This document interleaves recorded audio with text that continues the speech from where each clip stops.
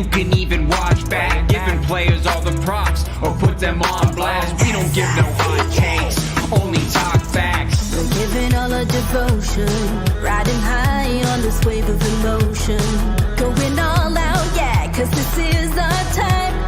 No, ain't no stopping us till we reach the finish line. All in, we came here to win.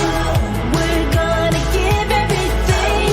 S-I-C-K on the run. S-I-C-K, sick. On fire, we're ready to fight. We'll bring the house down tonight.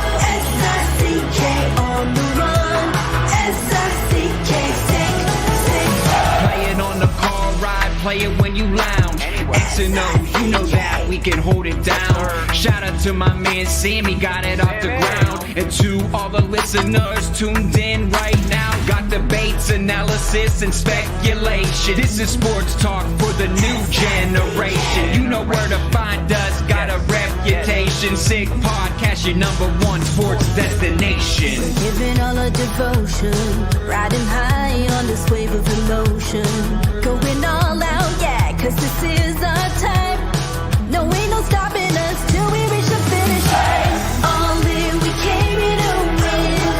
We're gonna give everything. S-I-C-K on the run. S-I-C-K, sick. On fire, we're ready to fight. We'll bring the house down tonight. S-I-C-K on the run.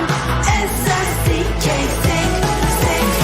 S-I-C-K is the sickest podcast. Tune in for the audio, or you can even watch back. Giving players all the props or put them on blast. We don't give no hot takes, only talk back. S-I-C-K, S-I-C-K, S-I-C-K, S-I-C-K, S-I-C-K, S-I-C-K, All in, we came here to win. We're gonna give everything. S-I-C-K on the run. S-I-C-K, sick.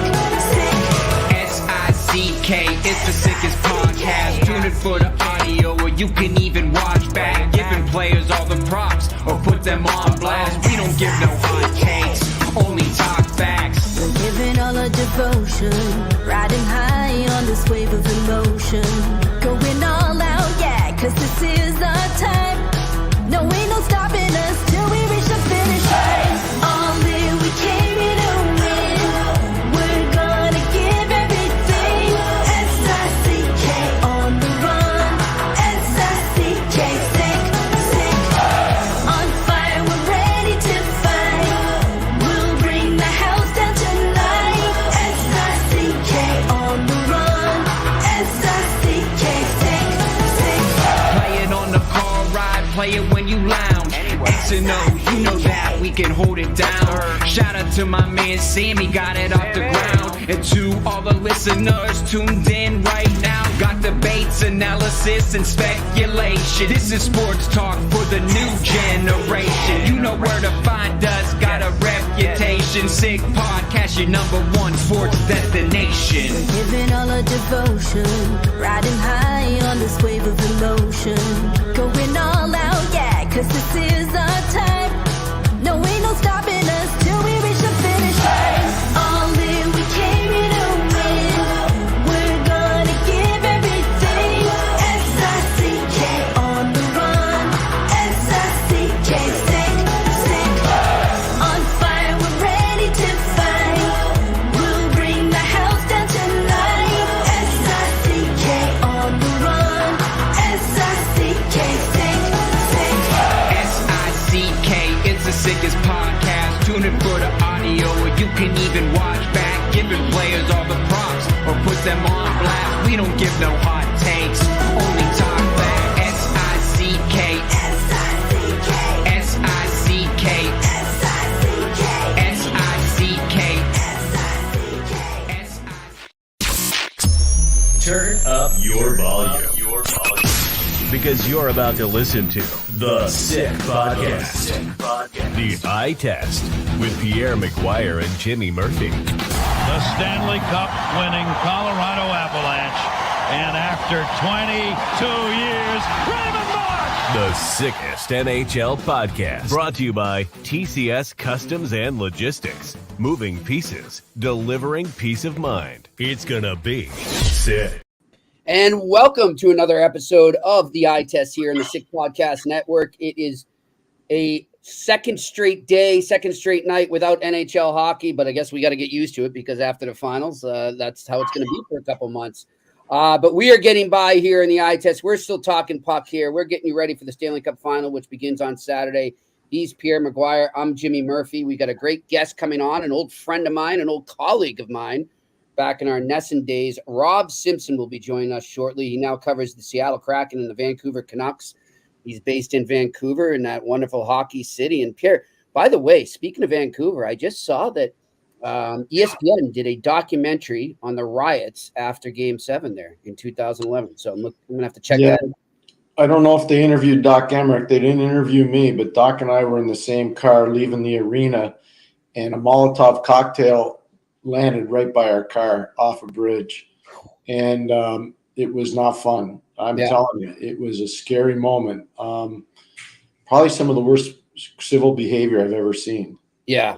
It was really bad. And for whatever reason, I don't know why they were rioting, except to say that, you know, they were using the excuse of the Canucks for losing. Yeah, those riot. And I'm telling you, this had to be planned because we let Doc and I always, as soon as the final's over, the three of us, Eddie, Doc, and I, you know, usually we get out of town and try to get back to our families. We've been on the road for almost 2 months. And it takes from the time the last interview was done, I think the last interview I did was with Mark Recchi. You go down the tunnel. That was a great interview, by the way. Thank you. You go down the tunnel. We had a ton of fun together. Yeah. You go down the tunnel. You shake hands with the crew. You hug and embrace everybody that was on this grind with you for 2 months.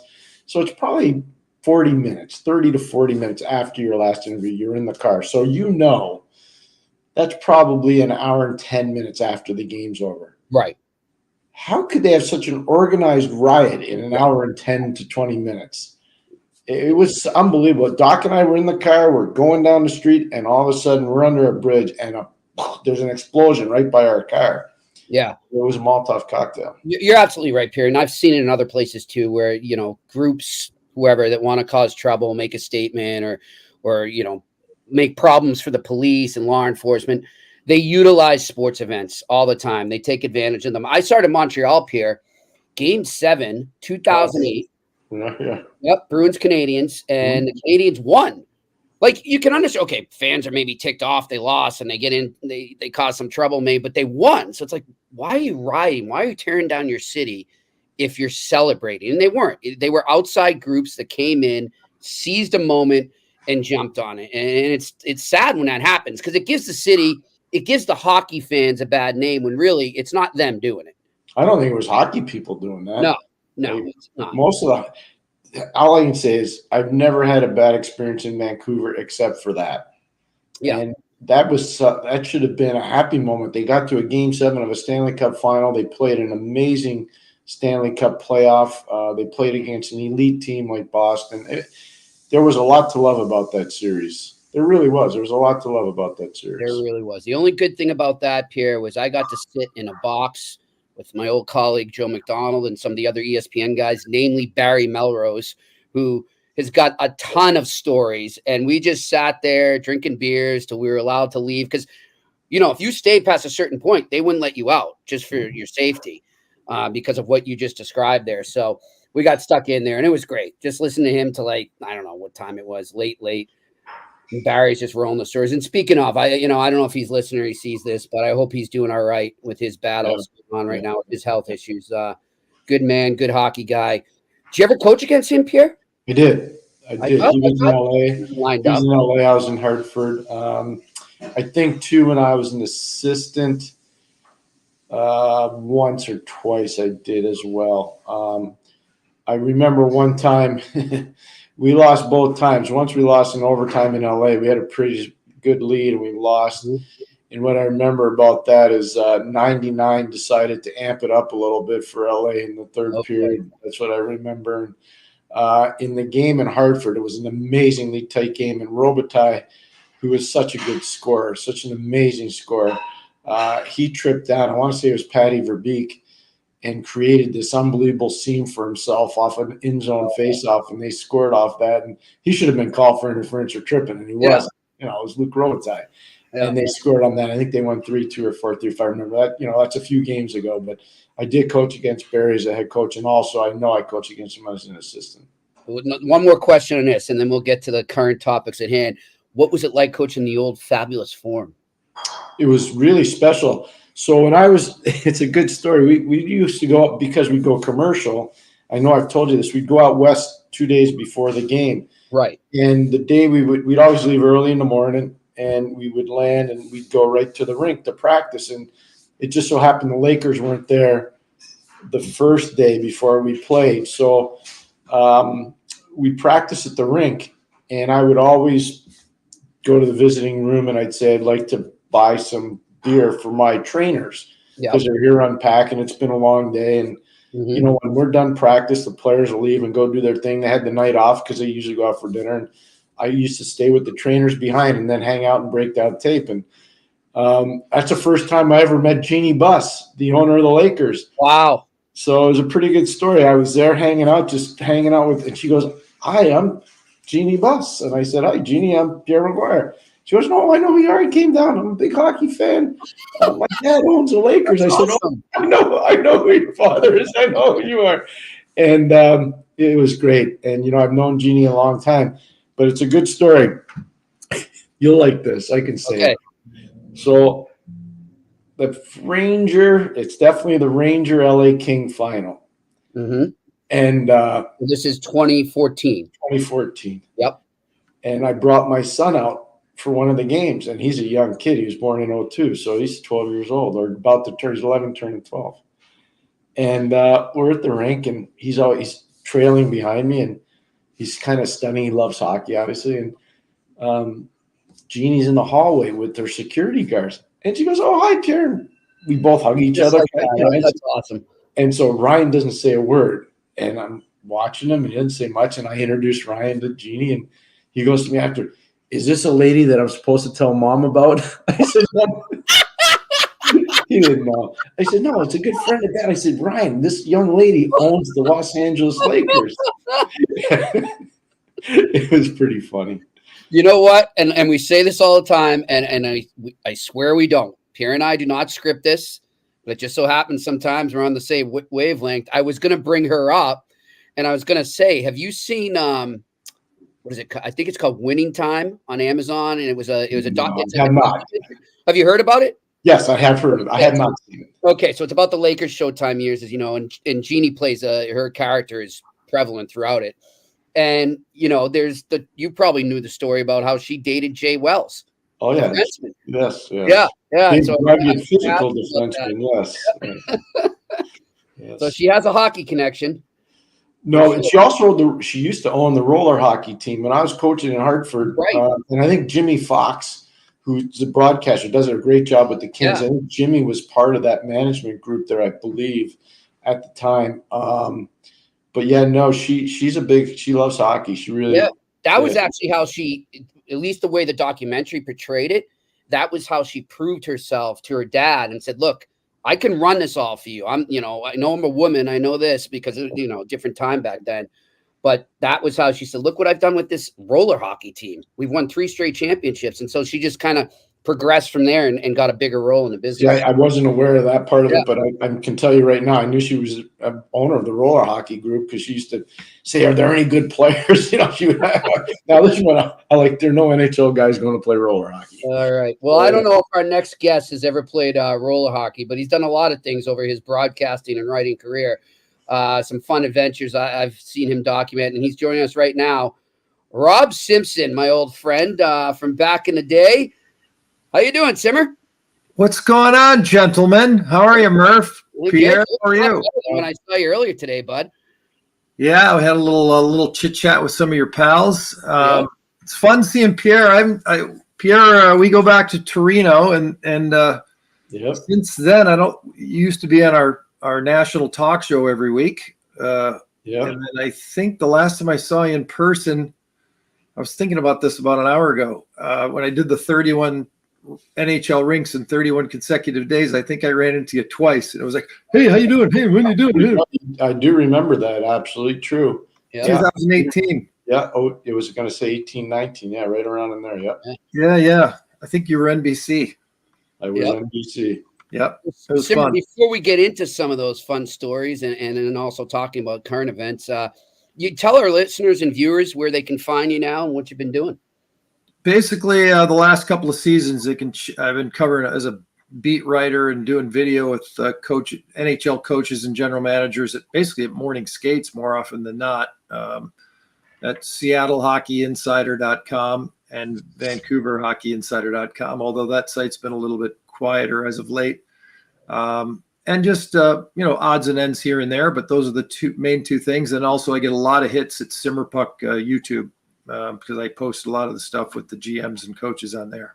All right, good stuff. And then, for those that aren't familiar with you, just if you can give us a little bit of, how you got into the biz. And I know that's a book in waiting, but well, actually, it's a chapter in an earlier book. I've written 5 of them, and one of them was they've all mostly been hockey, but one was kind of vignettes from traveling around the world and doing all these crazy different things. And I was really fortunate, mainly because the Pistons sucked. They were 16 and 66 the one season.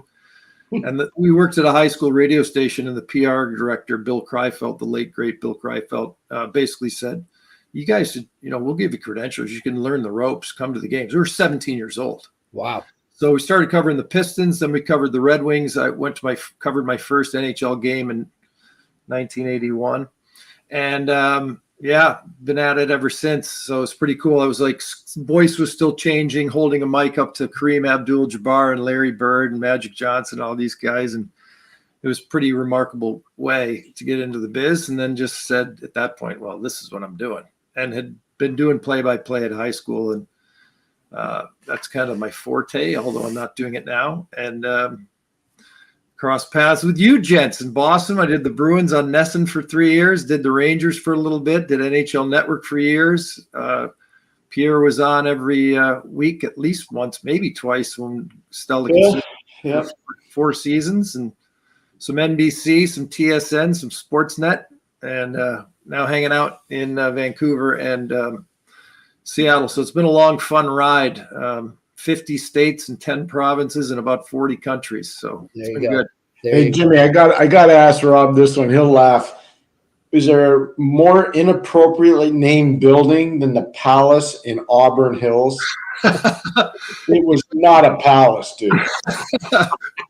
What's funny? That building's gone, by the way. I'm aware. As is the Silver Dome, where I covered my first Pistons game. They used to play in the Silver Dome. Oh, wow. They put a giant curtain up over half the football field and then sectioned that in half and put grandstands on one side. And that's where the Pistons played for years. Okay.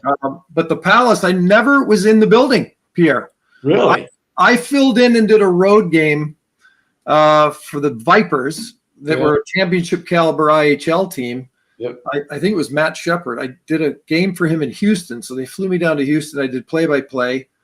And the thing that pisses me off, it was good show, regular deal. They were a good team that year. I think it was like 97-ish. And I knew JD, John Davidson, a little bit from before. And I had this newfangled at the time, like square little recorder thing. And I did an interview with JD on the phone. Both intermissions, 2 periods, right? Both intermissions, I'm set. I'm going to get to Houston, do play-by-play, feel good, hit the button. And this little machine the apparatus lasted like 2 years in the public. I hit the wrong button some point and erased the whole freaking thing the day before I was fly down there. So I had to go through just bad. But anyway, I digress. Yeah, the Palace was very close to where I actually grew up, but I never saw a Pistons game in that building. Wow. Yeah, the Palace. When was your first Red Wings game as media? Right about that same time. So 81. The Vancouver Canucks at at Detroit. The goalie for Detroit, and this is the thing I remember, is I still have the audio. I still have the cassette of my first Red Wings game. I have the audio of Corrado Mikalev. Yeah. You remember that? Well, I do. Quebec Major Junior League star, Corrado Mikalev. Absolutely. Yep. He claimed, I have the audio of that one of the Canucks spit at him. That was like the big controversy for that night. And I remember, the great Stan Smeal, he's on there, and it's pretty cool. Yeah. Stuff. Jimmy, you know what? I think when Simmer was going to those games, the Red Wings were actually giving away cars or right around that time to get people to go to the games. They was when they were doing really bad, eh? Yeah. Yeah. A little before that. That was like right after Ted Lindsay. I was younger, but I think it was 77, 78 that Ted Lindsay took over as GM, and his line was "Aggressive hockey's back in town." That was their slogan that year. And they made the playoffs. Yeah. And they beat the Atlanta Flames in a best of 5. And then Bill Ahead scored the game winner. And then they beat the Canadians in game 1 of the second round. Everybody's like losing their minds. And then Montreal's like, wake up. And just the shite out of him the next said, okay, we gotta get started here, and went on to win the cup. When did that turn for them? Was that like 86, 87, 88, around there, or what? Well, Stevie Y got drafted, 83? I believe. And I remember he blew his knee out like in his first everybody's like, oh no, one of those, but he obviously recovered.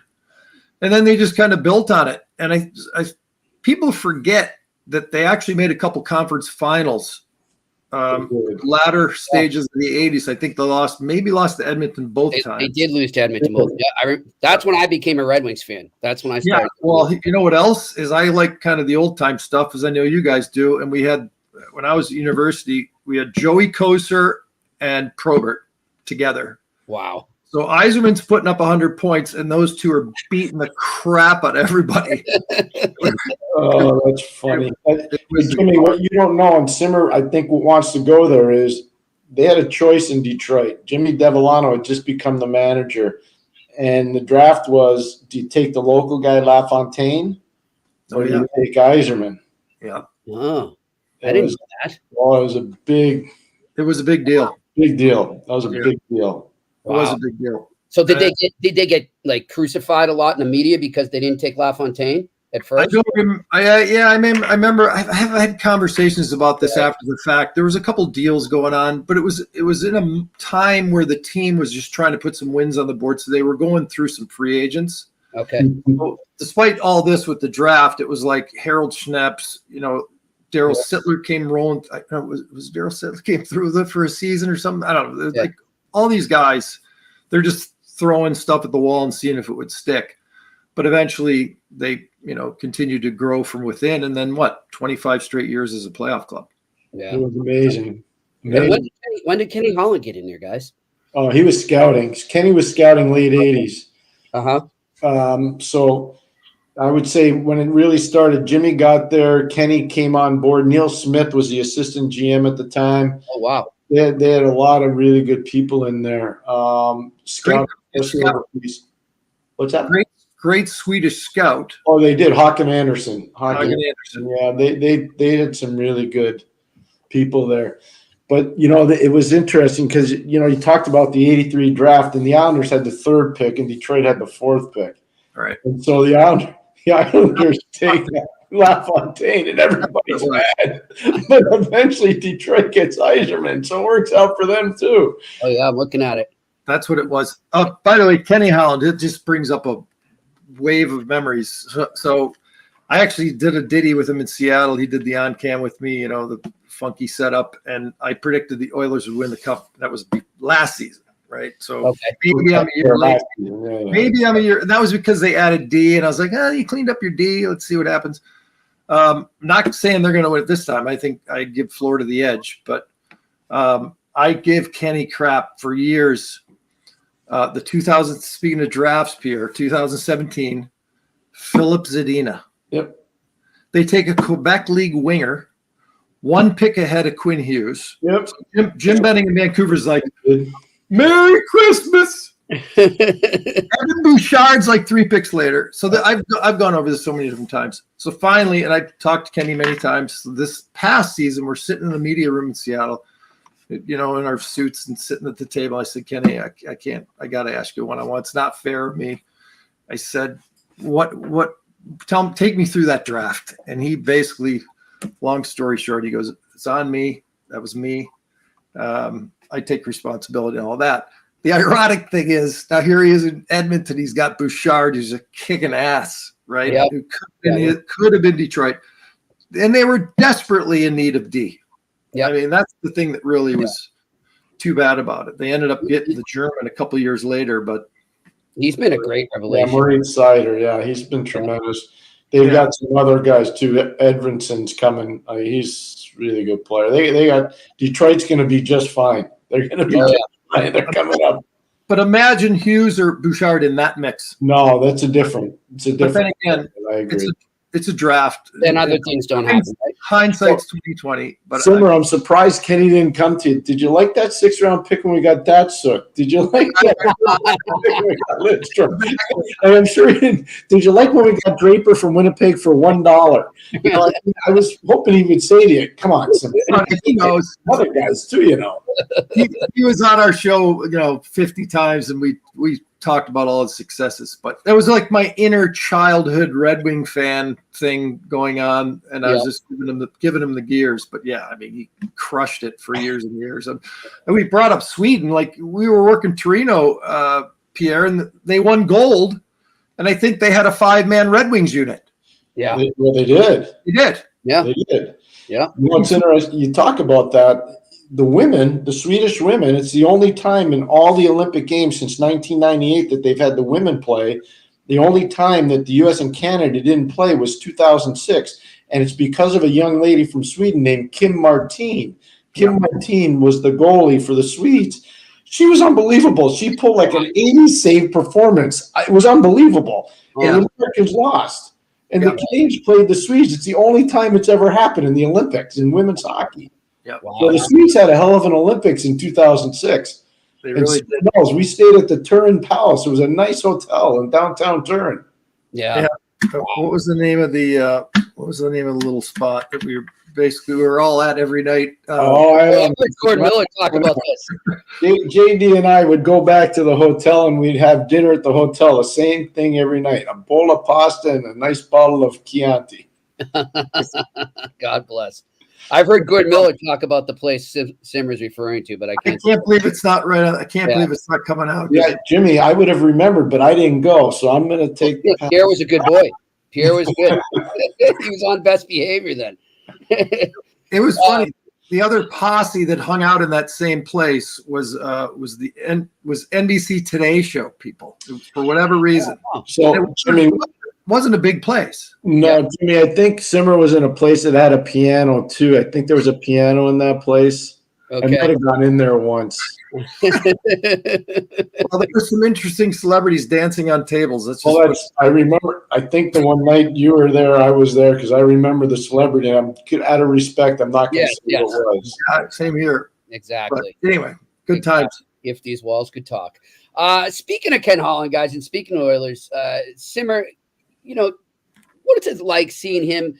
I don't know. I'm not going to say a second go around, but like just the way he has navigated this Oilers situation. You mentioned how he finally improved the defense. Just give me your assessment of how he's got to this point that he has his team in a Stanley Cup final. Well, he's, as is always the case, and we've seen it in Chicago when they changed GMs ahead of getting on their run of cups, and we see a little bit of it. We saw a little bit in Florida. You see it everywhere. I mean, Bouchard was a Peter Chiarelli pick, right? Yep. That was his last hurrah before he moved along. I think it's just adding the right pieces, like to go with these superstars that top heavy in terms of salary. But I mean, Adam Henrique, we're starting to see why New Jersey loved him for as long as they did. He's a solid veteran who plays a great, wins draws and plays a great two-way game. And what is was Corey Perry like the world's largest leprechaun? Like what is? No, I'm the smallest. Seriously, Rob, you know what he's been? He's always been a winner. Yeah. Where Corey's gone, he's always. I know people say today. McGuire, he lost in the Stanley Cup final. You know what? He got there. Corey Pierre's always been a winner. I'm telling you, go back to the 05 season, World Junior Gold, Memorial Cup. He was a great player on both those teams, the London Knights and the World Junior team. And that was the best World Junior team Canada ever sent to the World Junior because we had the nuclear winter. There was no hockey that year for the NHL. So all those great players were playing in the World Junior. But Corey Perry's always been a winner. And I can tell you, going back to when he was a kid growing up in Peterborough, he was always a winner. Well, guys, I mean, think of what he did with the 2021 Montreal Canadiens. I mean, that team had no business going where they went. They get guys like him and Eric Stahl and just the leadership they brought. So, yeah, I mean, wherever he goes, he rubs off on his teammates. He rubs off. And Connor Brown obviously has been better in the playoffs than he was in the regular season. I think there were times like regular season people were like, oh, what the hell? You know, what's going on here? And then the reason I was praising Kenny last year was when he added Ekholm, the previous season, I thought, okay, maybe I'll put him over the top, because the cliche that I've always used and people have used continuously, and we've even seen little bits of it, is the Oilers are a mess in their own end, right? And Darnell Nurse is this and that and the other thing. He's been criticized, and I've even said at times maybe the most overpaid player in the National Hockey League in terms of bang for your buck. I think Evander Kane has settled down somewhat. So, I mean, all these elements, and a lot of these are Ken Holland recent acquisitions, right? And, of course, goaltending can always make you look good. So I think it'll be fun. I think I give Florida the slight edge. I think they dominated the Rangers. Shesterkin kept them in it for periods of time. Mm-hmm. It'll be a great goaltending battle. I think it comes down to the D-cores. I think it comes down to discipline, and I don't just mean discipline staying out of the box, because Florida was the most penalized team in the league. I think discipline to systems and disciplines to assignment is just as important as the discipline old-fashioned style. So I think the challenge will be see how these D cores handle things. That's a great point. Those are all really good points. We talk about discipline. One of the things that's interesting about Edmonton, Rob, how much Edmonton's changed since they made the coaching change. Yeah. I think there's a buy-in because the Connor McDavid, Erie Otter, Connor Brown, Erie Otter factor, obviously with Chris Knobloch when he was there. I think that's made a difference. Putting Paul Coffey on the bench has made a big difference. But nobody on the staff that were staying pouted about Paul Coffey being added to the staff. And and you've been around it, so you know it. It's almost like they melded right from the start, that staff. That's how they had the quick turnaround, I believe. And the thing about Knobloch, I think the knee-jerk reaction was, oh, great, here we go. It's, Connor's, another one of Connor's guys, because front office. And then, oh, gee, Connor McDavid basically adds his junior coach. And it was initially like, oh, great, that's nice.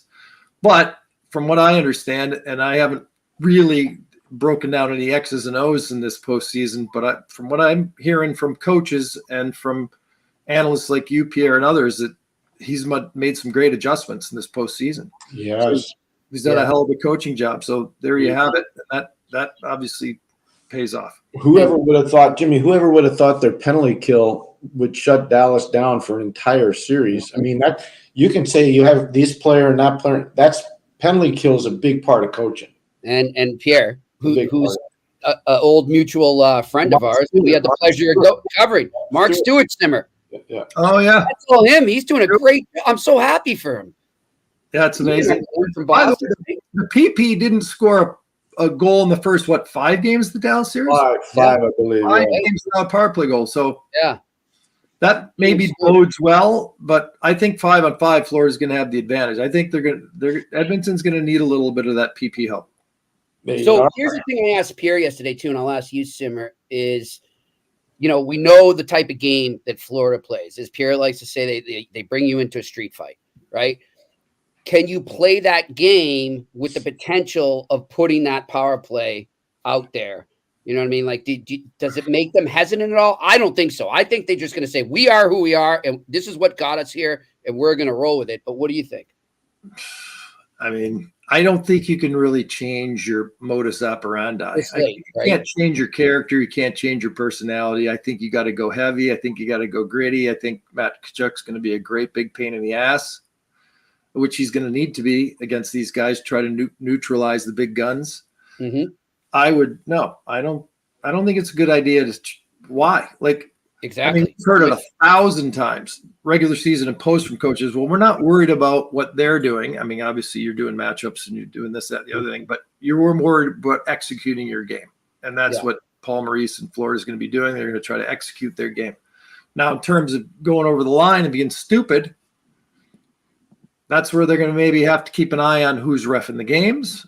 Because even though it's a two-man system, it's changed dramatically since the Bill McCreary days, and that's where you could establish a feeling and an expectation level. It's a little tougher all the last 2 decades with two, but these are pretty damn good refs now. That once you get to this stage of the postseason, and they should be able to establish a bar. And if you get that feeling and play within it, then the Panthers should be in good shape. I mean, well, Pierre, you said it best yesterday. One of the most important moments of this series is going to come right before it, right? When they sit down with that supervisor. Yeah, the series manager is going to sit down with the coaches and the management from both sides. They'll know what's going to be called and what's not going to be called. What's going to be happening in the scrums, what's not going to be happening when the scrums happen. Are you going to call or you're not going to call? What's going to be your definition of a high stick? What's your definition for it from behind? What's your definition for interference? Mm-hmm. Those are all questions that get asked to the series manager. So I think that's going to be critical for both teams. Yeah. But I like Simmer's point, Jimmy. I got to say this because I was coaching when Billy McCreary and Kerry Fraser and Andy Van Hellemond were refereeing. Yep. And they were elite officials. They really were. They were elite officials. And they all had a different way about them. Billy would let you play a little bit more robust. Kerry would call more stick infractions. Like every guy was a little different. And so you needed to know that. But you know what, Rob, that was a really good point because it's changed significantly in the last 2 decades. I agree. Well, I'll tell you one other thing is I was cheating a little bit because you'll hear more about it in the coming months, but I have a major writing project right now going on. And one chapter, obviously it's a book, is about the 2004 Stanley Cup Final. Wow. The interesting thing is the similarity now is the distance. Yeah. So that was Calgary, Tampa. And this is Edmonton, Florida, same thing. It was really goofy. And you brought up Andy Van Hellemond, Pierre. That was going on as that series unfolded, and he was done right after that. Lost his position as the director of officiating that summer, and he wasn't really working that final series. And there was just a lot going on, and the travel was crazy. Now I know they added an extra day. It looks like 3 different times, maybe between. There's 2 days between games on the travel days. Okay. You know what's amazing about that? You should use this in your book. You probably have it, but if you don't, I'll give it to you now. That series, I did it with Gordon Miller and Bob McKenzie. That series is the only series in Stanley Cup final history that if you scored the first goal in a game, you never lost. There was never a lead change in any game. If you scored the first goal in any game, you won the game. Wow. That's amazing. That of course that's amazing. The Marty Zelina.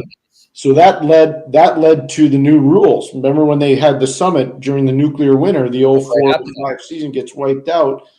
That's what helped change the rules. They had that. It was, Rob, you remember, it was tackle football.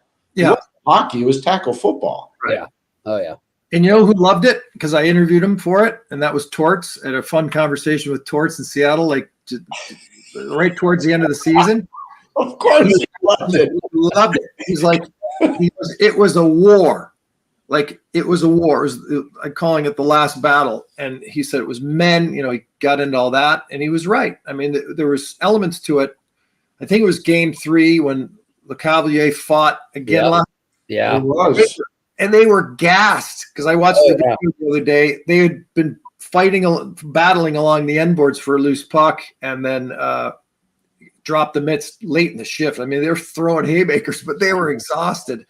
And then that's the Zelina Game 6 goal. You talk about the changes. No goal from Marty Zelina. Was it no goal? No video replay. So that was right before video replay. Maybe the last I know they're going to say it was an optical illusion. I can just tell you this: I see Marty works for Calgary still. He's a development coach for them, and I see him a lot around the college ranks. He seems like he could play. Marty's young. Yeah. He takes such good saw him recently too. Fantastic. He really does. I got to give him credit for something else too. Marty's yelling at. I think he was with the Panthers at the time, and maybe somewhere else one other time. Well, he's in the Gretzky trade. One of the best walk-off interview guys ever. Like Marty Zellner was thoughtful, and it just had it. He knew what he was doing. He was a very good walk-off guy. Yeah, people forget that though. He's in the Gretzky trade. You know, yeah, right. That's right. So it's Marty's. He never has a day where he's not smiling. Marty's young. Yeah, he's a good guy. He's really honorable person. I like him a lot. Simmer, before we let you go, we just want to ask you quickly, big coaching change in Seattle. Just your thoughts on Dan Bilesma coming in and what he will bring. Well, they got Game 3, Coachella Valley tonight, so he's coaching in the AHL. It's kind of funny referring to him as a lame duck coach when he's kind of trying to get back to a championship series. They came 1 goal away from winning it all last year. They have won 8 straight games in the Calder Cup playoffs right now. Wow. So they are rolling. They're up 2-0 on Milwaukee. So I think when you consider kind of the Shane Wright factor, the Riker Evans factor, Ryan Winterton, Yanni Nyman, the Finn, who's just got a howitzer, a left shot right winger, who's considered one of their top 3 prospects. He's showed up here for a handful of games at the end of this Coachella Valley AHL season. And the fact that Bilesman has been coaching all these guys, and he's been there since it started. The first season was a share in Charlotte, North Carolina. I think it makes a lot of sense given where they're at as a franchise. Last year was a step back, and I put some of that on Ronnie Francis, and the reason why is 2 years ago when they had 100 points and they got to the Game 7 of the second round, you had a fourth line that had something like 30-plus goals. Spronger, Geeky, Ryan Donato, career years. You had a rookie of the year in Matty Beniers, Marty Jones filling in admirably for Grubauer, who oddly enough, got hurt after 17 games, both of the last 2 seasons, and had a nice little break. Had the highest 5-on-5 shooting percentage in the league 2 years ago, which this past season dropped to bottom 3 teams in the league, 2 or 3 teams in the league. Wow. So there was a lot working in their favor 2 seasons ago. Personnel-wise, that entire fourth line that had all that balanced productivity, bye-bye. Yeah, Donato moved to Chicago. I know that. They all went to original 6 teams. Spronger, Detroit, Geeky, and Donato. Donato, Chicago, Geeky, Boston. Pierre, Edward Belmar was supposed to be save their face-off percentage. Would I rather have the most 5-on-5 even strength goals, or would I rather have a slightly improved face-off percentage? Yeah. So Pierre Belmar, no. Kyler Yamamoto, no, not so much. So they lost a lot of depth productivity. It wasn't as good a hockey team. So they performed probably in a very difficult division at the level that you would expect them to perform without all that magic they had the previous year. So they have some work to do. And the honeymoon obviously ended for Hackstall, and the honeymoon's going to start to get a little tenuous for Ronnie Francis, depending on how these kids come along now. And some of them move, like Riker Evans, who's very good. Oh, he's legit. He's a really good puck mover. He's a legit player. You think Shane Wright's on that NHL roster next year? I don't know.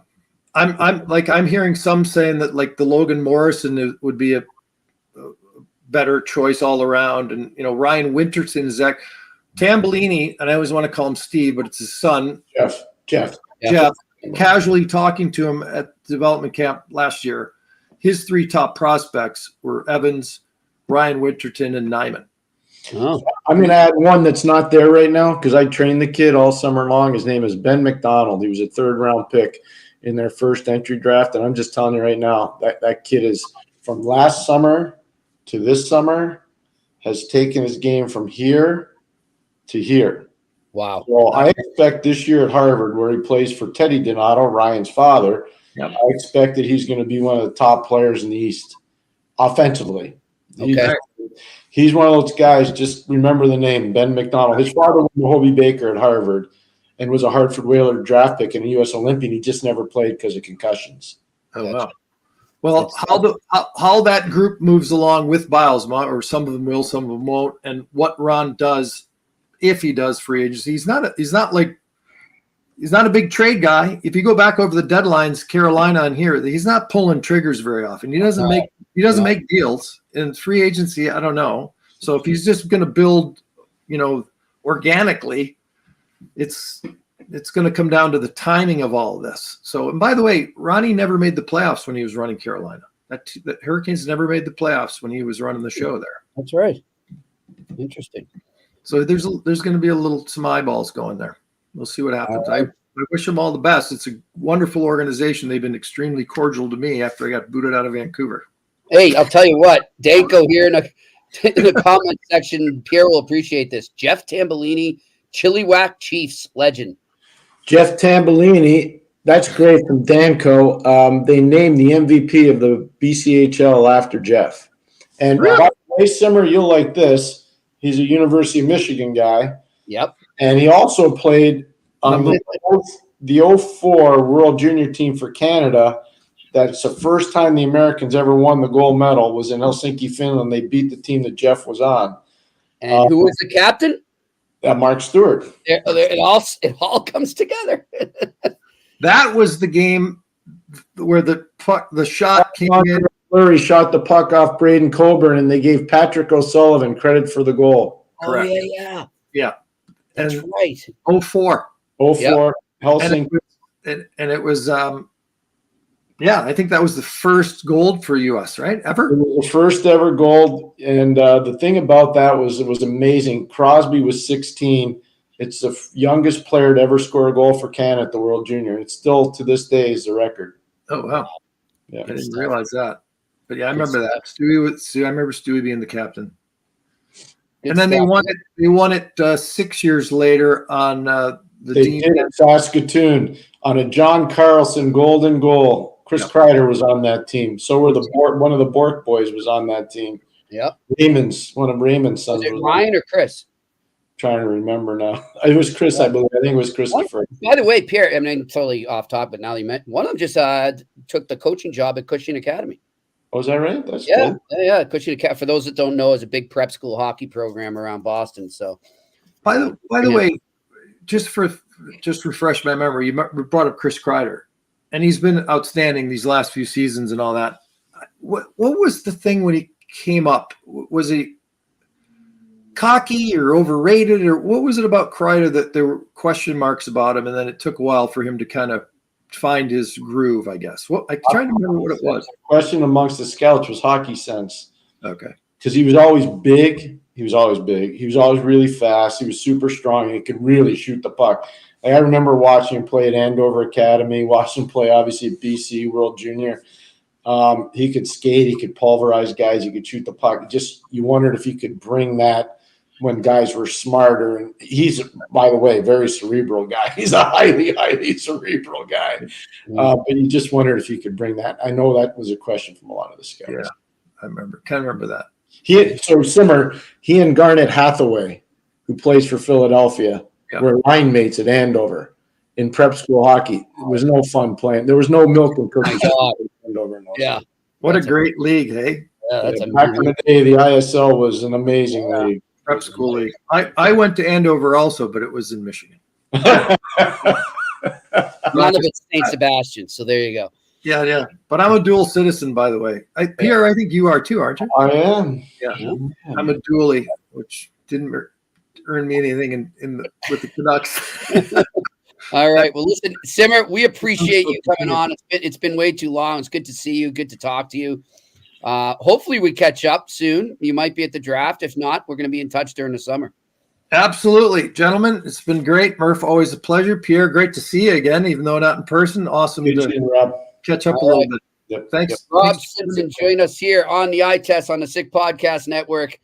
He's a character, Pierre, but he knows a lot of people, just like you, well-traveled, a lot of good stories. Well, he's passionate about hockey. He cares. Oh, he loves it. Tells it like it is. He's not afraid to. I respect that a lot about him, and he does his homework. He does. Yep. He works really hard at it. He's got a gift for working. You know, he's got the passion to do it. So I think that's really important when you talk about a job like Rob has. Yeah. And you know what I like, Pierre, before we see it all the time now where, networks that broadcast, like team networks, right? Whether it's Nesson or MSG or whatever, they'll have these shows around the team that are quirky. And now, of course, a lot of them have these behind the scenes ones. But before that was a thing, Simmer, and I should have brought it up. He did a show with Nesson. I think it was from about 2006 to 2008 called Rubber Biscuit, of course, after a puck. And it was so fun. Just the off the beaten path, kind of off the wall stuff. It was interesting. It was funny. And now you just see those but he did it before everyone did. So I compliment him for that, for sure. You better get to TCS Logistics because we're going to have a whack of questions. And I saw. And I also see that a lot of people love that interview with Simmer, so I'm glad we could bring him on for you. All right, let's get to TCS right now. And by the way, there's a comment. I want that to be brought up after I read our little thing here for TCS regarding TCS. TCS Customs and Logistics, unlock the full potential of your shipping operation with TCS Customs and Logistics. From around the corner to around the world, flatbeds to air freight, customs clearance to drawback consulting, TCS is a one-stop shop for all things transport, moving pieces and delivering a peace of mind. For a no-obligation customs or freight quote, contact sickpodcast at shiptcs.com. Again, sickpodcast at shiptcs.com. Now, I don't know if you guys can find it. There was a comment in there. There you go. Look at Vincent Yoel. TCS Customs and Logistics reaching out to you. Thanks for supporting the eye test. You have earned my business. Thank you, Vincent. That's good to know. That's really nice, Vincent. Thank you. And thank you to Michael Mason and everybody at TCS. They've been amazing sponsors of the show, and we're really grateful. Really, really grateful. Really are. All right, let's get to these questions right now. We're going to need to move fast, just like TCS does. Let's rock. Max R. It took the Oilers 9 years to reach the finals after drafting McDavid. Most GMs don't get to stay there for that long. How long do you think is a fair run for a GM? 2 cycles, so I'd say 8 years. It takes that long. And really, I know everybody wants it instantaneously. If you're doing a total rehab, it takes a while. I'll just tell you, Mario Lemieux got drafted in what year? 83, 84? What year did you get drafted? 83, 84, right in there? Yep. Yeah, guess what? Guess what? He didn't play in the final till 1991. Yeah. Yep. Good point. Good point. A lot of people. It takes a long time.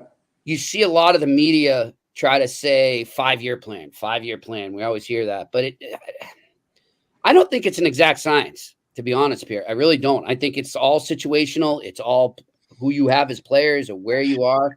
It's harder now because of the cap. Yeah.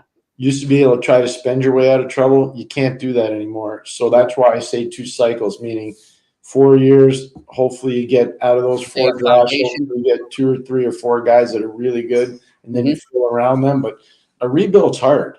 Yeah. I can tell you, I've been through 2 of them. Yeah. They're really hard. I've been on the other side too. I've been on a really good team. Mm-hmm. And it's the pressures are completely different. Yep. I'm with you. Well, move on. Let's go. I think, to be fair, 8 years, but I'd say most guys are getting 5. That's just how the one rolls. So if you go to, let's just say you inherit. So I'll use an example. Jimmy Rutherford inherited Ray Shiro's work in Pittsburgh. Mm-hmm. Go look at the players that were drafted by the previous regime, Ray's regime, that helped those cups in 16 and 17. Yeah. Now, Jimmy's in the Hall of Fame right now. He got in the Hockey Hall of Fame. Doesn't mean he didn't deserve to be. Yep. He should be there. But if you go look at the players that were there that were drafted before Jimmy, it's pretty scary. 3 of the best ones were never drafted by him: Crosby, Malkin, and Fleury. Yeah, I'm with you. Look, you credited Simmer for telling like it is. Pierre, I'm going to tell it like it is. I don't know how he doesn't have a job somewhere as a GM in the NHL or hockey. Really? Yeah. It's ridiculous. And I don't care. I'll be blunt and say it's ridiculous. Yeah, no, it's really, I'm being totally frank with you. It's really sad. Yep. Really sad. Too much politics going on. All right, next question. Bill Van Vagel. I feel if Edmonton is to win, they will have to have a long, drag-it-out series. Do they have enough depth to counter Florida's lineup. Also, I'd love to see Sam Gagne get in there.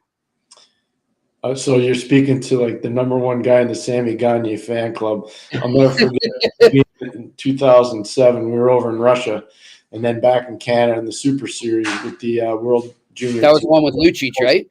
Yeah. Yep. Milan and Sammy were the two go-to guys. Johnny Tavares was really young then, but he was a good player. But that was a heck of an experience. Sammy was so good, so good.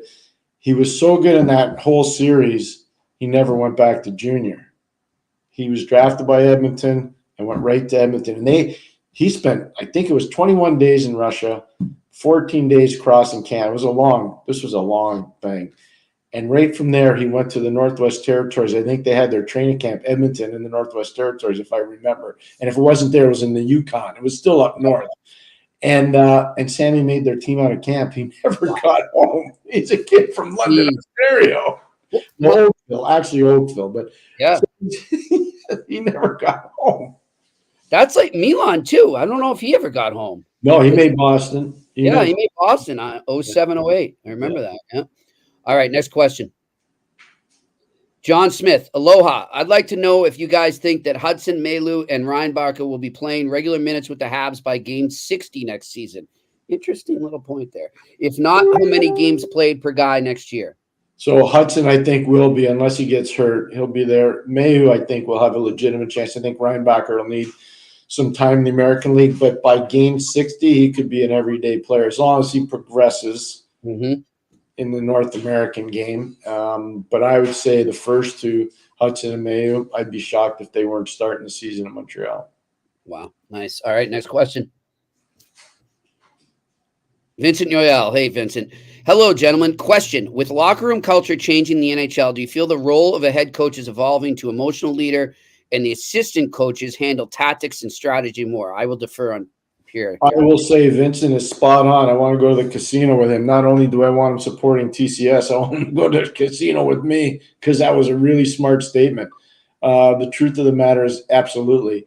So the head coach has to be an asset manager. The assistants have to be the tactician and the X's and O's. And usually, not always, usually they have to run the practices. And the coach is the bad guy, and the assistant coaches put the broken pieces back together. That's just how it works. And it's working really well when you have organizations that get that. Some of them don't get that, and then you have issues. All right, next question.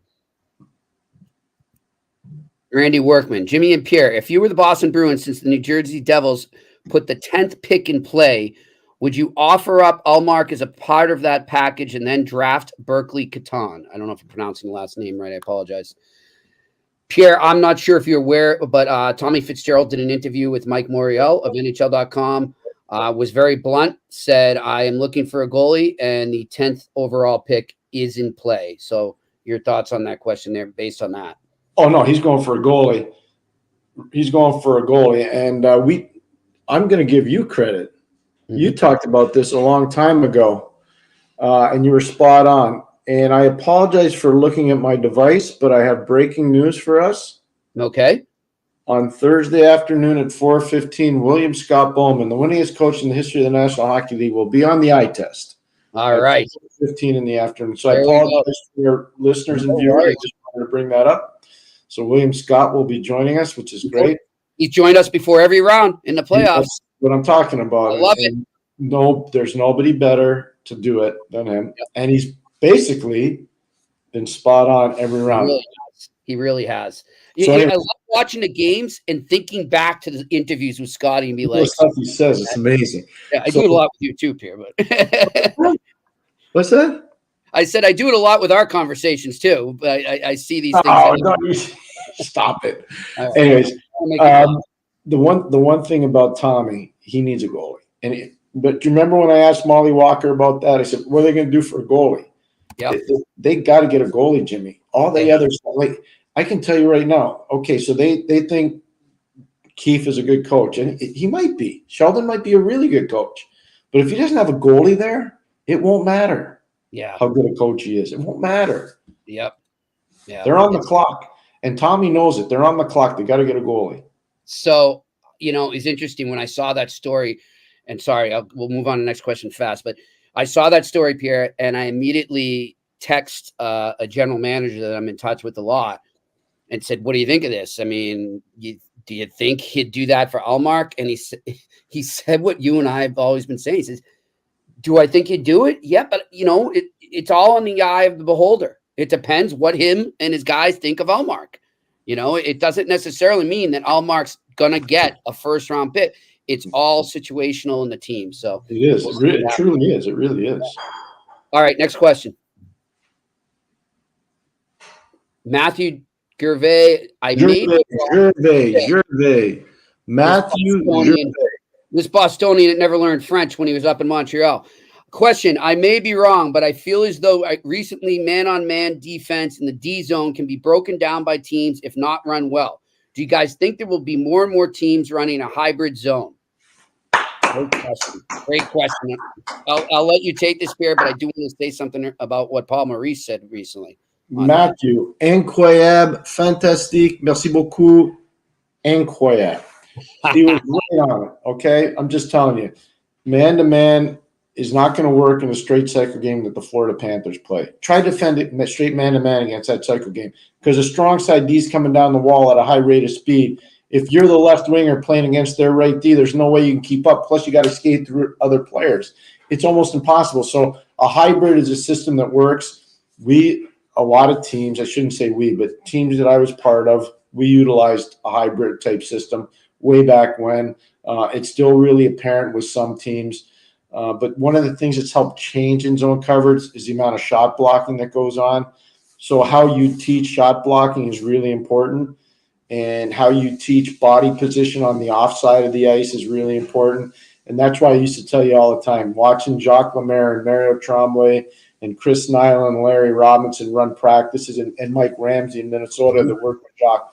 I used to just go watch the practices just to see what they were doing with their in-zone coverages. And it wasn't fun to watch, but it's important to watch. And so that was a tremendous question, and he's spot on. Couldn't be more accurate. What coach right now, Pierre, do you think uses that the best? The hybrid? Yeah. Florida's good at it. Dallas is, well, they're out, but they're good at it. I mean, they're good at it. Yeah. But they're teams that are good at it. And I would say Florida's right up there. Carolina. All right. So Maurice was asked like a similar question talking about that and saying, can you keep up with the Oilers and their speed and their offensive skill playing man-to-man? And he came back and said, well, we've been playing this the whole time and we're just going to keep doing that. Like, so it doesn't matter what, I don't know. I don't want to try it right now. Yeah, I don't want to embarrass people that ask questions, but yeah, in order to decipher in-zone coverage strategies and techniques, you got to watch a lot of hockey. Yeah. And don't listen to what people write on the internet, or don't listen to what people say around the bar or what people write on the internet. Yeah. I'm not scouting. Watch the games. Just watching the game. Scouting is different than watching a game. It's different. All right, next question. David Robinson, should the Bruins focus as much on adding a mid-level D-man as adding a top center, or should they let Lowry, Witherspoon, Peak fill things out in this upcoming year on D? Look, Pierre and I, Dave, have been adamant that we think they need a guy on the left side with McAvoy to just ease up some of the stress. Like, he has been overcompensating for not having maybe the fit on the left to do what he does best. That's where I think they need to focus. You agree? Agreed. I'd prefer to see Mason Lowry deeper in the lineup right now. Me too. I want him on the left in the third slot. No, yeah, that's perfect. He doesn't need and get second power play. Yeah. You know keep what I mean? Campus and Brandon Carlo together. Yeah, just let him learn. Let him get a little taste. Get his beak wet over an 82-game NHL schedule. He'll get there. He'll be fine. Yep. Get a guy that's a seasoned pro if you can. Mm-hmm. That bumps, Hampus up maybe, and somebody that can take Hampus's spot. And then you put Lowry in the 4 or 5. That's kind of how I would try to do it on the cap situation. Uh-huh. I don't know what's going to happen with Ian Cole. I have no idea. Yep. I have no clue. Ian Cole fits what Boston needs. Mm-hmm. Interesting. And All right. he's a Stanley Cup winner. He's got street cred, and he's a nasty guy to play against. Yep. Not fun. I'm just telling you. I'm not saying it has to be him, but you need somebody like that. I know he's older. I get it. I know they're miles, but he's not. He's a no maintenance player. He just comes and plays. Here, it would make a ton of sense because you can then solve that issue, and you still have plenty of money to get that center that David's talking about. This is why I'm saying you got to identify moving Hampus up. His pay structure is that he's a 1-2, which Jimmy Montgomery did. Yeah, but you got to get it. You need a centerman. You need a top 2 centerman. You're not going to get a 1, but you need somebody close. Yep. Like a and 1. Then Charlie. Then you can play Charlie. Let's just say you play Charlie in the 3-hole and you play Geeky in the 4-hole. Yep. I'm just saying. Let's say you do that. What's wrong with that? Don't forget Poitras's coming back too. No, and you're getting Poitras back, and I don't know if he makes their team or not. I don't know. Yep. You would know better than I, but it's a great point. Poitras is coming back. So. Yep. All right. Next question. Marco Larrabee. I hope I pronounced that right. Other than New Jersey, what other team's first-round pick do you think is in play at the draft? Also, did the Chicago trade set the market?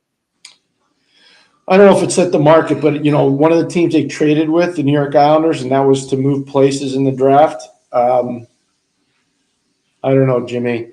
I think the Islanders are going to go hunting. They need players. Draft picks aren't going to help them make the playoffs. They need players. So I would say the Islanders are one team that might be utilizing their draft collateral, to get players. Okay. Next question. Bill Van Vagel. I realize the draft combine is only a part of the draft puzzle, but how much can it impact a player's draft evaluation? Well, let's ask all those people who passed on Sam Bennett. That's all I'll say. I don't know if people have learned since then to not let it be the end all be all or close to it, but that's all I'll say on that, Pierre. Yep. We agree. All right. We agree. Next question. A to Z me. Always want to hear Pierre's response to this. Does he remember the moment when he had that realization that, yeah, hockey is going to be my life? 1971 Stanley Cup Final, Montreal versus Chicago. I was sitting at my uncle's house watching the game, and Henri Richard, who was he was a really important part. He wasn't the captain that year. He was a really important part of the Canadiens. He was great, and I just remember I want to be like those guys. I want to be like the Montreal Canadiens guys. And so I always try to be like that. I have so much respect for the organization, and it's been through a lot. The Canes over time. The last Canadian team to win the Cup's 1993, but always good thoughts. When you're playing, like I remember coaching against them. The first time I almost had to pinch myself. Like, yeah, I was just going to ask you about that. Patrick Roy in the net. That's Pat Burns on the bench. That's Jacques Perrier next to him. I recruited Jacques' son to play for us at St. Lawrence. Danielle, who played in the NHL for a long time.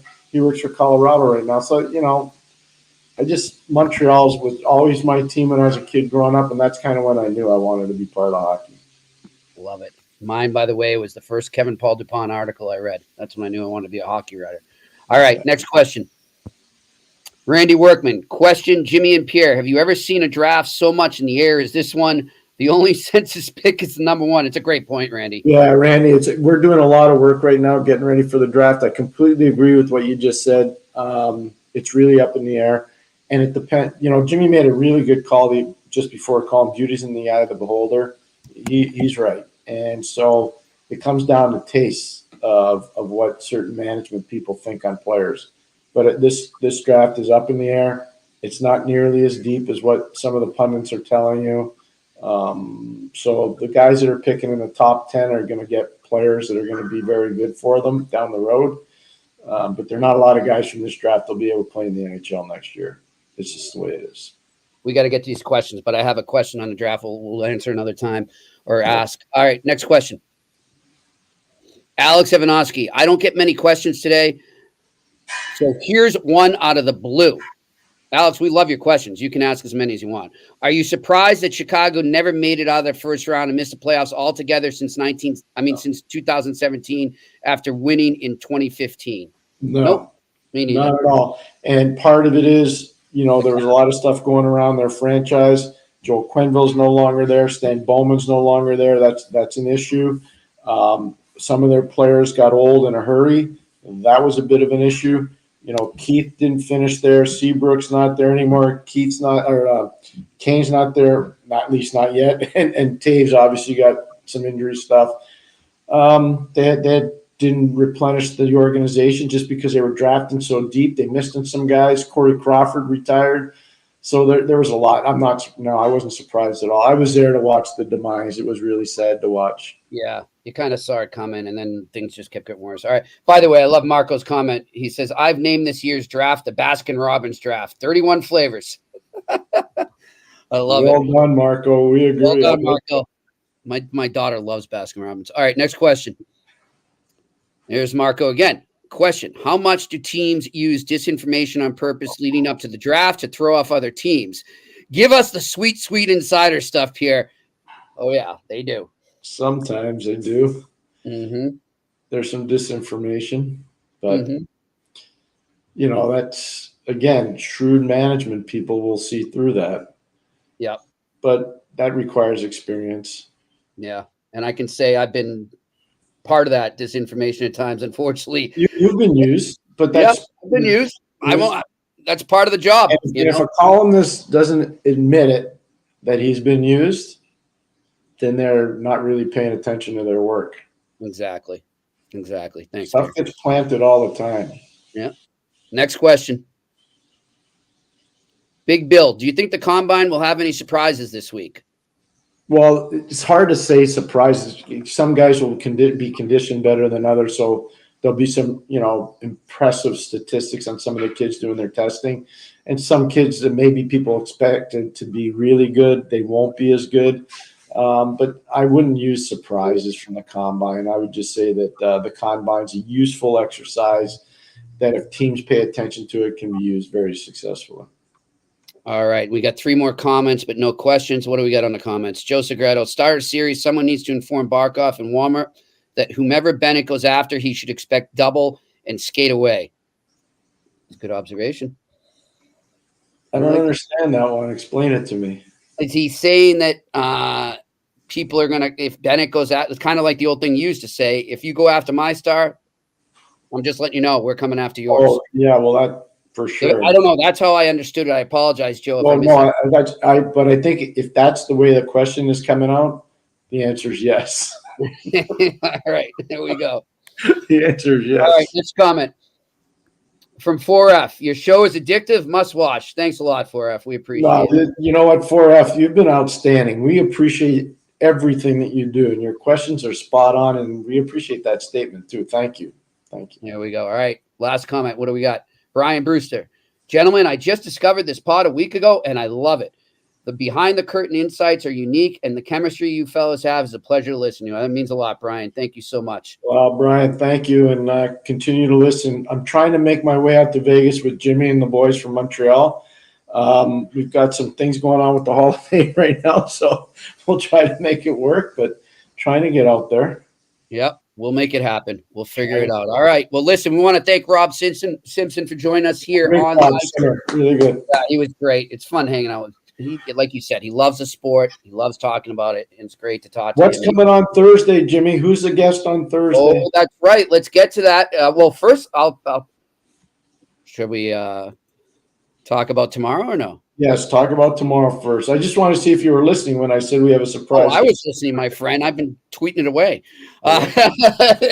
Don't worry. I'm working many things here, my friend.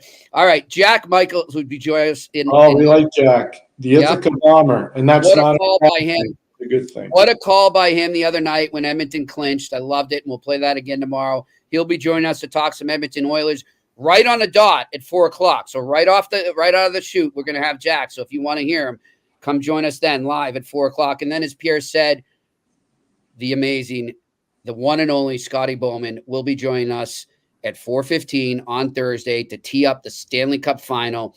You don't want to miss that because, as Pierre said, he's been joining us before every round, and his insight has been spot on. And I said I'll be watching things, and I'll think, oh, yeah, Scotty said that in the episode. So it's pretty cool to be watching a game and have that click in your head that somebody. So he's the legendary Scotty Bowman was saying that on our podcast. That's a pretty good moment. It drives me crazy. Okay, you respectfully talked about Ray Sheeran. You know we're friends, so I kind of divorced myself from it, except to say it's just outrageous that he's not working as a senior management person. I don't know how anybody wouldn't pick up the phone. Like if I were still working in the nation's capital of Canada, I would be on the phone saying, Scotty, we know you're not working for anybody right now, but would you just be an advisor? Would you just call in a report? You don't have to write anything. What'd you see from the players? What'd you see from the coaches? What'd you see on the matchups? What'd you see from the officials? Yeah. What are you seeing that we need to understand better? I can't believe that none of this stuff happened. It just blows me away. It's as we've said numerous times on this podcast, whether it's people in my field or whether it's people in hockey ops or coaching, what have you, players even, not enough people take the time to call somebody who's been through it all and just seek knowledge, seek advice. There's nothing wrong with it. The more you learn and the more you store up here, the better you're going to be at your job, no matter what you do. Agreed. And Scotty can flood up here with a lot of hockey knowledge. Trust me. All right. Thanks to Simmer, as we said. Thanks to our production crew in Montreal. And thanks to you in the viewers section and listeners section. We love your questions. We love the compliments. We appreciate it. And we will talk to you tomorrow here on the Eye Test on the Sick Podcast Network. And that's a wrap. Hope you don't miss us too much until next time. Follow the Eye Test with Pierre McGuire and Jimmy Murphy on YouTube, Facebook, Google Play, and Apple Podcasts. Brought to you by TCS Customs and Logistics. Moving pieces, delivering peace of mind.